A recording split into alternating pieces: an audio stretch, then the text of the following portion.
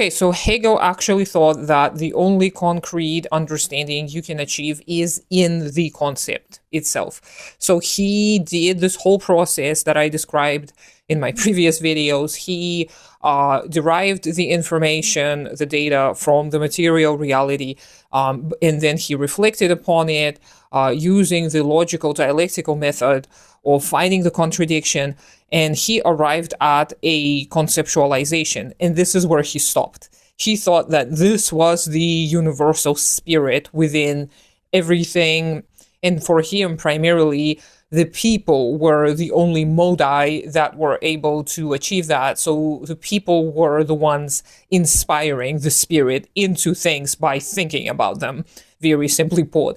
And this is the limitation of Hegel. This is the idealism of Hegel, where he sees the movement of the substance only within the ideal processes. He actually believed that nature itself was frozen.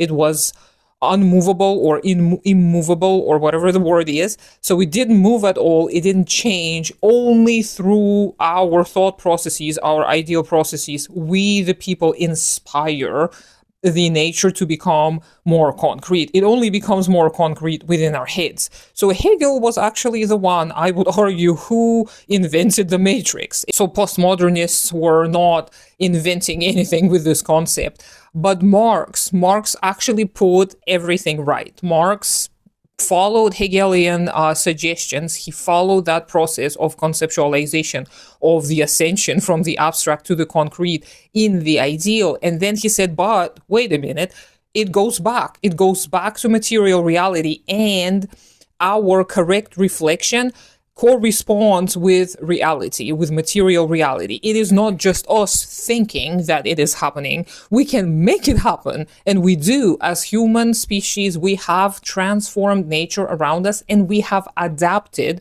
to the nature around us. So this is the fundamental difference between Hegel and Marx. This is why Marx is a materialist and Hegel is an idealist. It is somewhat of a joke within Marxist circles that people who read too much Hegel go crazy because they contract his idealism. But of course, that's not the case. If you only are confined to academic settings, if you are confined to the work within four walls, you may actually perceive the world through such lens. And this is what Ilyenkov specifies. He actually shares that Hegel was a logician. He was a professional philosopher working at a university. So within his realm, he was right. Within the realm of conceptualization, he was correct. But it was not the entire path to the truth, because Hegel most likely, in my opinion, didn't preoccupy himself with the search of the truth. He preoccupied himself with the search of this ideal spirit,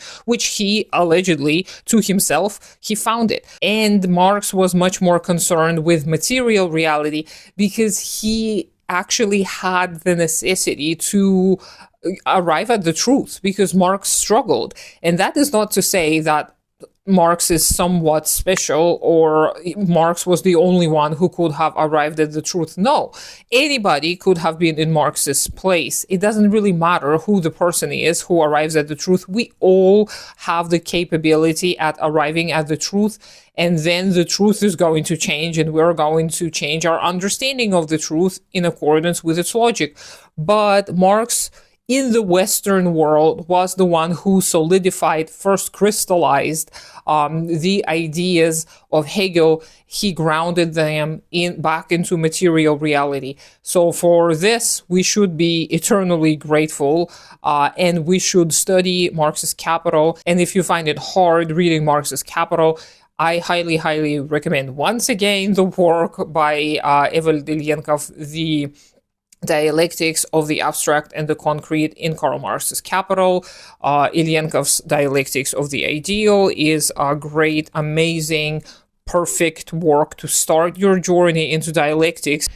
Also, one little note about some of the earlier works of Marx. I've actually referred to them before. the manuscripts of the 1844, I believe the philosophical economic manuscripts, and the infamous, or famous rather, Grundrisse, or whatever you want to pronounce it as, which were the later manuscripts. They were 1856, 57 or so. This is when they were written and published, I suppose. So this was all published before Capital. So these manuscripts, Ilyenkov actually advises against. He says, just read the Capital. You don't really need to read the manuscripts, because in those manuscripts, we can see part of the journey, Marx's journey to the truth that he provides for us in Capital. And if you have already finished Capital, then of course you are welcome to read the manuscripts. But as somebody who actually started with the manuscripts and haven't yet finished Capital, I can kind of see some of the problems that may arise. So I'm just sharing the suggestion that Ilyenkov brought in, that you should not preoccupy yourself too much with reading the manuscripts. But you can, but the Capital already contains everything that is necessary to understand the theory of value and to understand the dialectics of capital, of how capital forms, of the genesis of capital, etc., etc. So let me know what you think. I hope you have a great day today. Consider supporting me on Patreon. Do take care of yourself and your community first. Subscribe to me on all the other social media accounts, even though I don't do much there, and I'll talk to you sometime later.